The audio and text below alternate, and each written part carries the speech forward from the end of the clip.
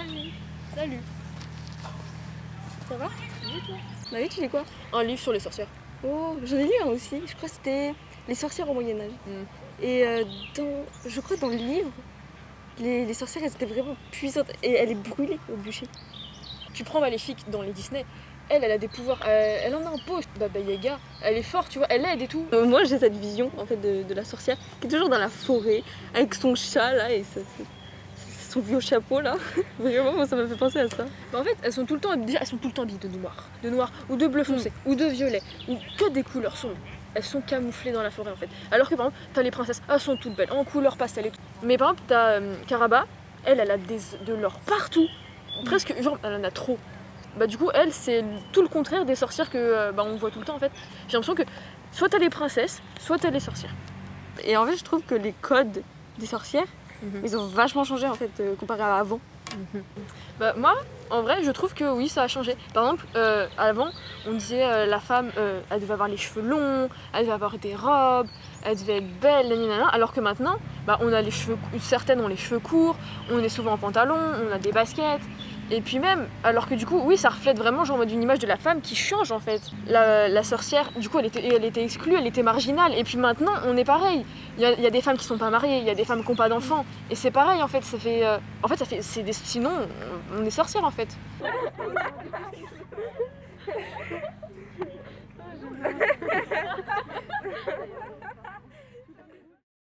Lorsque vous étiez enfant, quelle était votre vision des sorcières? En fait, on a toute la même vision, je pense, de la sorcière, avec les contes. Pour moi, c'était une femme plutôt âgée, avec des critères physiques qui ne rentrent pas dans les normes de la société, qui faisaient peur aux enfants.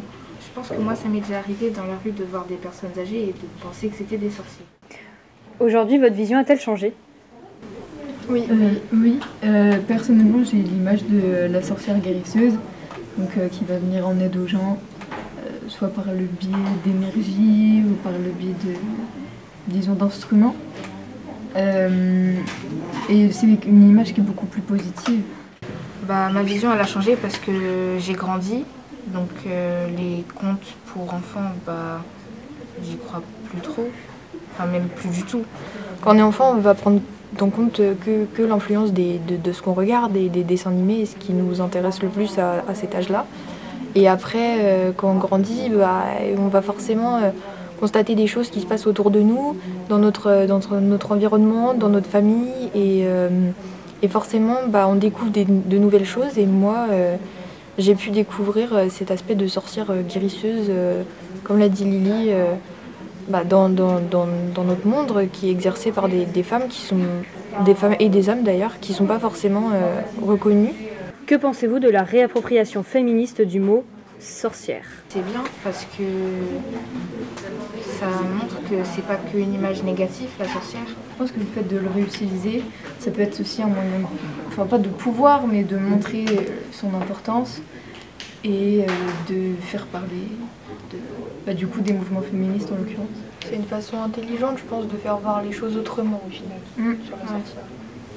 Non, mais on avait vu la femme qui assumait ses cheveux blancs. Oui.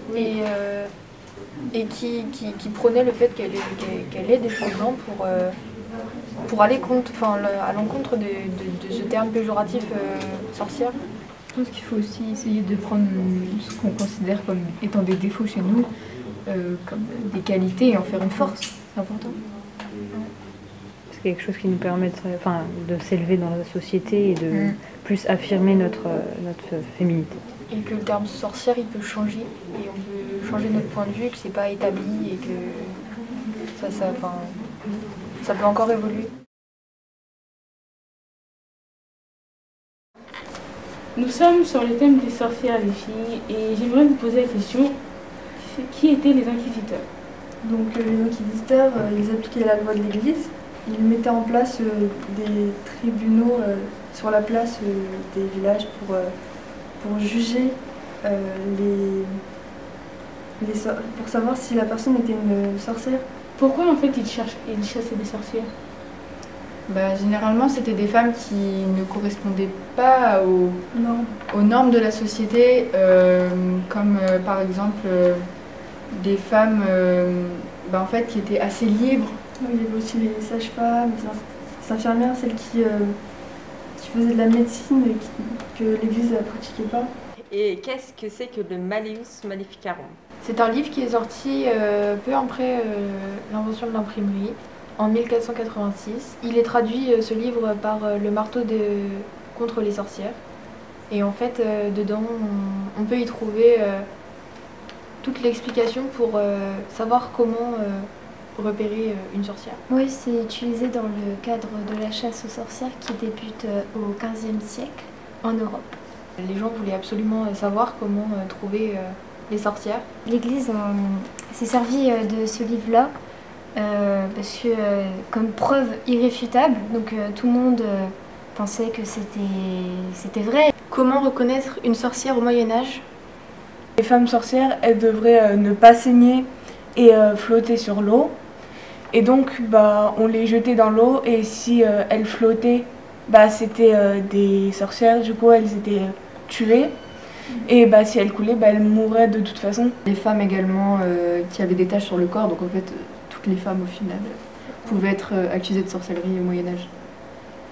Les femmes qui étaient accusées de sorcellerie, le plus souvent c'était pour justement pour des histoires de jalousie ou des règlements de compte, on va dire.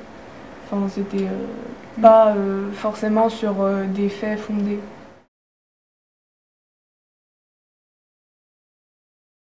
Le lien entre la sorcellerie et la science. Alors, pour moi, ça dépend des croyances et de ce que les gens pensent ou pas. Parce que, par exemple, si on prend l'exemple de l'astrologie, il n'y a pas vraiment de fondement scientifique. Et comparé à la science c'est plus une hypothèse réfutée ou pas. Un certain nombre de plantes dans la culture en lien avec les sorcières. D'ailleurs, vous savez peut-être que les lauriers produisent des petits fruits qu'on appelle Prunus laurocerasus, qui s'appelle en fait en français le laurier cerise, et dont on extrait du cyanure. Sorcellerie et science peuvent être liées. Parfois, il ne s'agit pas que de croyances, mais bel et bien de science. Cela peut passer par l'intermédiaire de vraies plantes médicinales ou encore des connaissances plus ou moins approfondies sur la science. Faut que tu vois, il y a un filet sur lequel est fixé l'antère pour chaque polline. En fait, je vois pas comment je vois le orange. On peut être amené à utiliser des procédés scientifiques pour fabriquer, on va dire, entre guillemets, des potions. Donc ça peut être des huiles essentielles, des composés chimiques, etc. Ma maman, elle en utilise. Et c'est un peu ma petite sorcière. Un truc génial. C'est j'utilise notamment dans des périodes de stress ou quand je suis pas bien. Petit grain de bigarade, et le nom latin c'est Citrus aurantium. Quand j'étais petite, je l'appelais l'huile des enfants, puisque quand j'allais pas bien, ma maman elle m'en mettait. Que ce soit olfactive ou le principe actif en fait qui peut agir donc sur la peau, sur des points d'acupuncture, etc. Et je pense que les mélanges qu'on fait, etc., on peut qualifier ça de la sorcellerie. C'est marrant.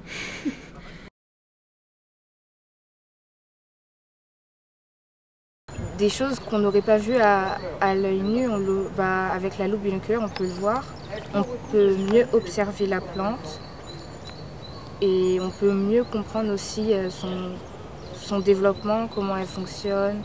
Ah oui, il a les marguerites. Vu que la sorcière en général prépare des potions magiques comme dans les Disney, en fait ça rappelle. Peut-être qu'elle examinait aussi la plante pour savoir quel type de plante. Du coup, aujourd'hui, on a regardé les nombres, si elles avaient des tétales ou des pétales ou des sépales, et combien de étamines ou de pistes il avait. Après, pour les guérisseuses, peut-être qu'ils avaient d'autres connaissances que nous, on n'a pas en tant qu'élèves. Mais eux, en tant que guérisseuses, ont des connaissances. Du coup, je pense qu'ils doivent avoir des types de plantes pour ça, un autre type de plante pour ça. C'est quelque chose en Turquie qu'on a, nous. Je connais pas son nom en français, et on les mélangeait au yaourt. Et ma mère, elle me le donnait comme un médicament quand j'étais plus petite. J'ai été considérée comme sorcière, juste parce que je rentre pas dans ces cases. Il peut très bien en exister, j'en ai pas fait la connaissance, ou du moins je sais pas si j'en ai fait, mais oui, j'y crois. Mais la femme fait peur.